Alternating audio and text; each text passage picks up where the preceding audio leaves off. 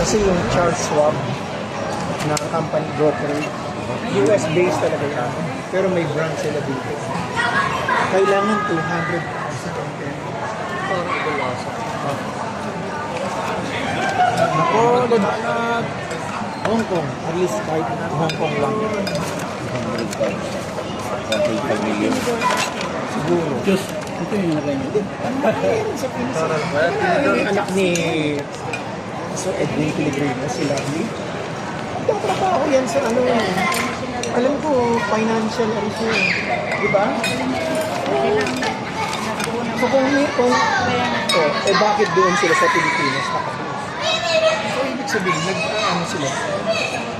Baka mamaya, yung Pilipino pa ang hurutulog niya. Posible. May magkakaroon. Posible. Dahil yung JP Morgan, ano yan? O di ba, meron din sa Pilipinas. Meron din dito yun. Kaya lang, ang problema lang sa iyo nga, yun naman,